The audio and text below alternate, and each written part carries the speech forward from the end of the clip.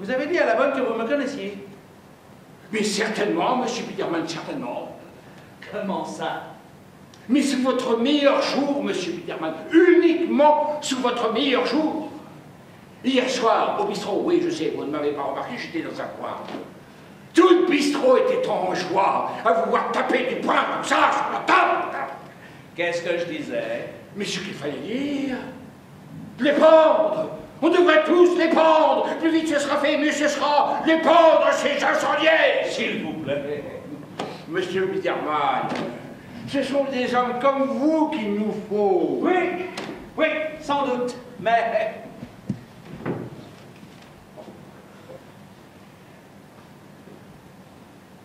Il n'y a pas de mais, monsieur Biderman. Pas de mais. Vous avez encore des vraies valeurs à défendre. Vous avez encore une façon positive de voir la vie, mais d'où vient là? Sans doute. Vous avez encore un véritable sens civique. Certainement. Mais tout vient de là. De quoi? Vous avez encore une conscience. Ça, tout le bistrot l'a senti. Vous avez une véritable conscience. Oui, oui. Naturellement. Ah, mais c'est pas si naturel que ça, monsieur Biderman. À l'heure actuelle, au cirque, par exemple, là où je luttais, et d'ailleurs pour ça que tout le bazar a cramé, le directeur du cirque, par exemple, il me disait « Joe, allez vous faire foutre !» Oui, c'est que je m'appelle Joe. Allez vous faire foutre, Joe! Une conscience, qu'est-ce que j'en ai à foutre d'une conscience? Un texto! Moi, ce qu'il me faut, c'est une cravache pour ma téléphone ou un texto! Une conscience! Ça te faisait rigoler, ça. Quand un gars a une conscience qui disait, c'est bien souvent qu'elle est mauvaise. Dieu et son âme. Vous voulez dire qu'il est mort? Cramé avec tout son pénis.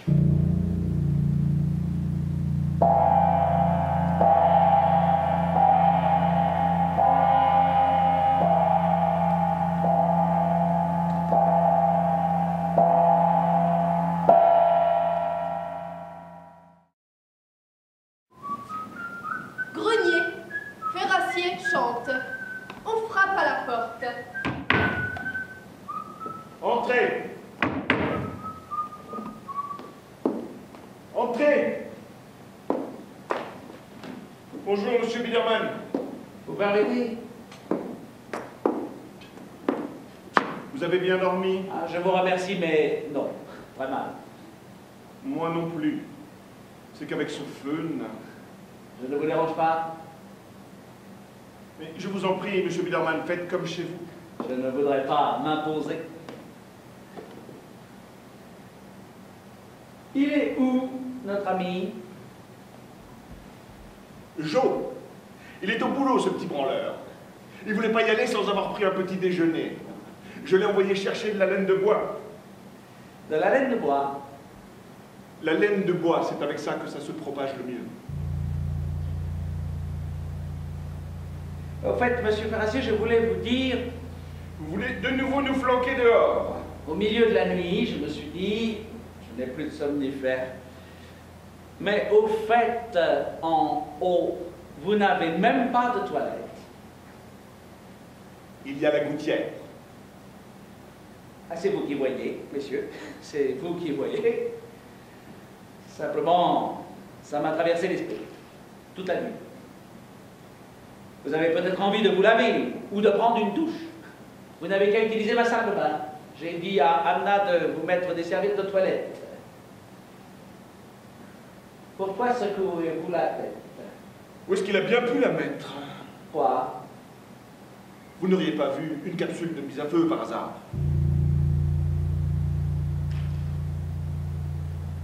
Ne vous en faites pas pour la salle de bain, monsieur Biderman, je vous assure. En prison, on n'avait pas non plus de salle de bain. En prison?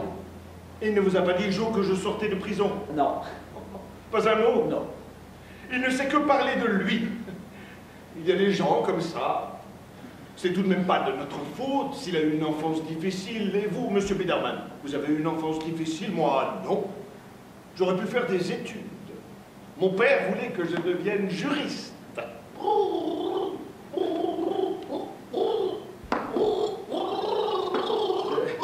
Monsieur Ferrassier, je n'ai pas dormi de la nuit.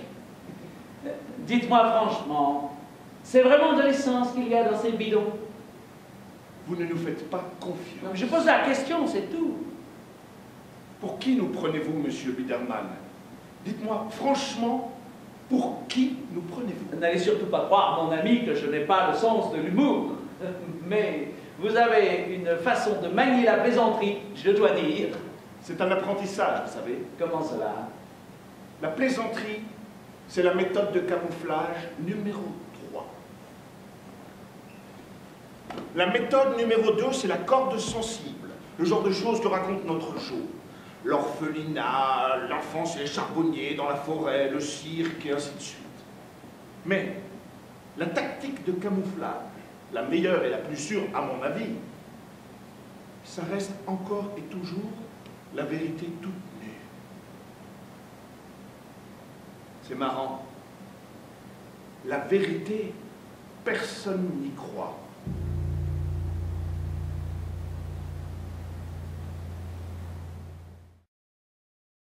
Mon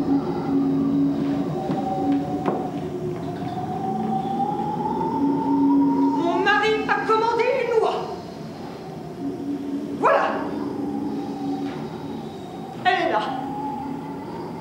Et c'est à moi de la faire rôtir. C'est pour que nous soyons amis avec ceux de là-haut. On est samedi soir, vous entendez? Et je n'arrive pas à me débarrasser d'un stupide pressentiment. C'est peut-être la dernière fois qu'elle sonne ainsi les cloches de notre ville. Mauvais! Je ne sais pas, mesdames, si Théodore a toujours raison, parce que ça, il l'a déjà dit. Bien sûr, ce sont des fripouilles. Mais si je m'en fais des ennemis papettes, on peut dire adieu à notre lotion capillaire. Et il vient seulement d'entrer au parti. Mauvais! Toujours la même histoire. C'est que je le connais, mon Théodore, il est trop bon. Il est tout simplement trop bon.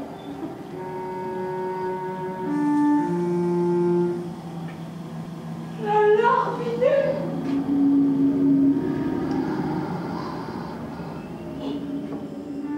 Théodore! Théodore! Wally!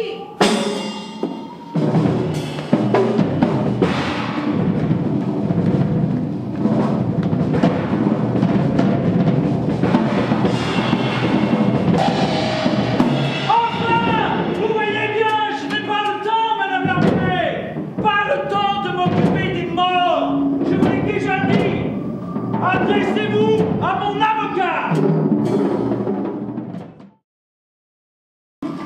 Dieu soit loué, pas chez nous! Pas chez nous, Dieu soit loué!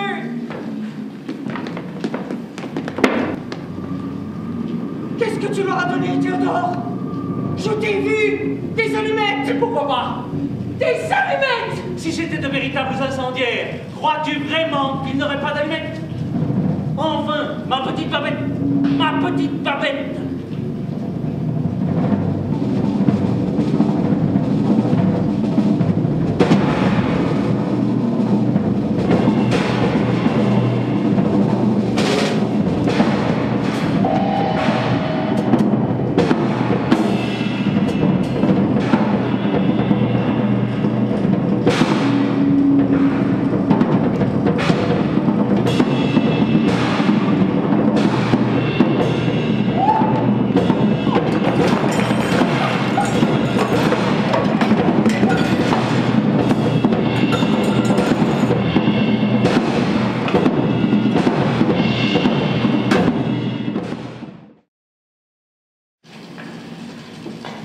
Tout ce que tout le monde pressentait bien avant que cela n'arrive a fini par arriver.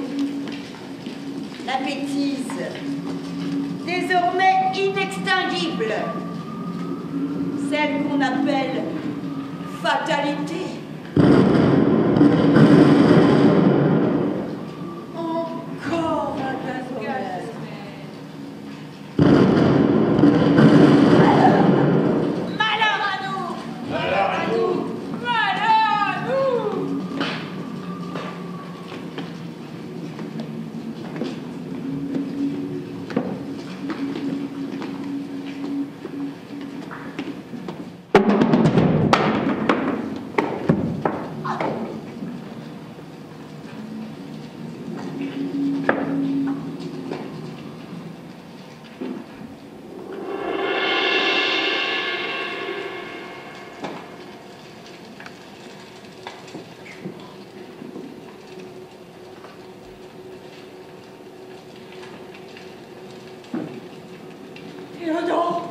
Silence. On est mort? Pourquoi tu n'es pas venu avant que l'escalier ne se mette à flamber? Je t'avais prévenu. Pourquoi a-t-il fallu que tu retournes dans notre chambre? J'avais tous mes bijoux. Bien sûr qu'on est mort.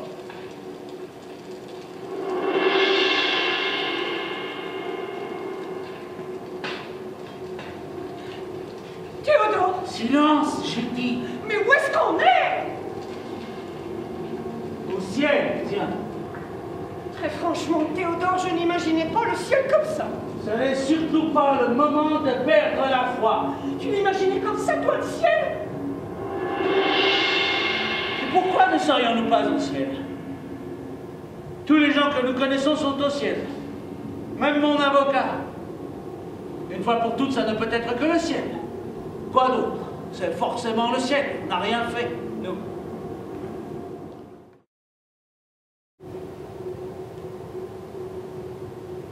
Conduisez-moi ces Pékins en bas. Belzébuth a mis le chauffage en route, je crois, ou alors il est en train de le faire.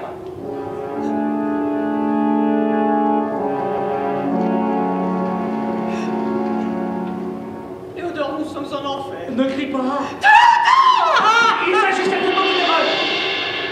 C'est pas possible. Il faut changer ça. Comment se fait-il que nous soyons en enfer, ma femme et moi? Calme-toi, Babette, il s'agit certainement d'une erreur. Vous vous appelez Biederman? Oui, Théodore Biederman, commerçant. millionnaire.